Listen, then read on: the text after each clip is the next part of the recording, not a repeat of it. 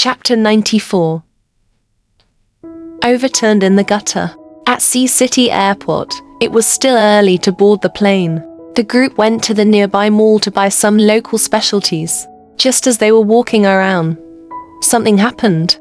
When Jia Yishan woke up, she felt a sharp pain in her head. She remembered now. She was waiting for Yin Yabai and Xiaoying to go to the bathroom in the mall, when she suddenly saw an old man running to the emergency exit while crying. She followed him to see if there was anything she could help him with. As soon as she stepped into the emergency exit, she acutely felt something unusual. Then, she covered her mouth and nose with a handkerchief and fainted. The second before Jia Yishan fainted, 10,000 F***CKERS flew past her. It was really like having a comfortable life for a long time, but the boat had capsized in the gutter. Perhaps she looked young and weak on the outside, but her hands and feet were not tied up. Instead, she was locked in a small dark room. Her bag was missing, and there was some cash and mobile phone in it. Her passport and identity card were in Xiaoying's hands. She did not bring them with her. There was only one window in the dark room other than the door. From a certain angle, she could see a little bit of the sky outside. She observed that it should be around 3 in the afternoon. Their plane was at 10 in the morning, and she had already missed boarding. She didn't know if the group of people were going crazy from anxiety when she disappeared. Unable to get out, Jia Yishan could only wait patiently. She quietly leaned against the corner of the wall and closed her eyes to rest to maintain her strength. She looked as if she was not awake.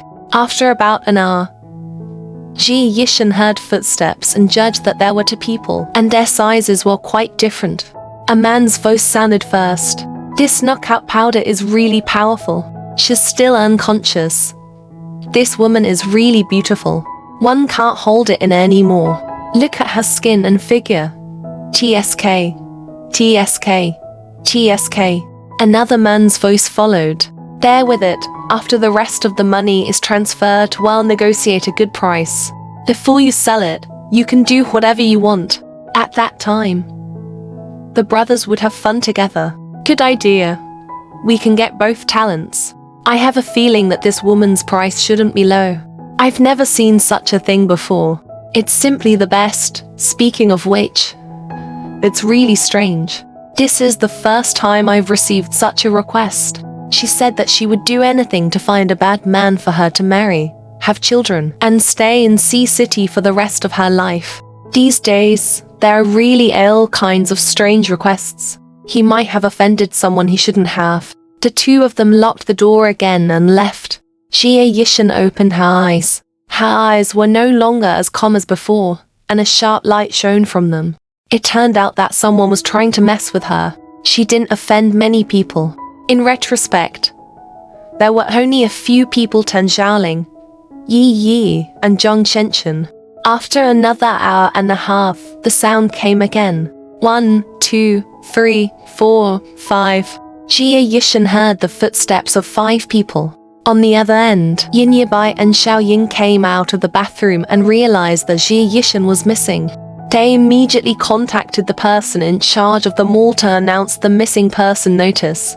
They also checked the surveillance cameras and only saw Jia Yishan heading towards the emergency exit. Yin Yabai didn't know about Jia Yishan's family situation, so she didn't know who to contact.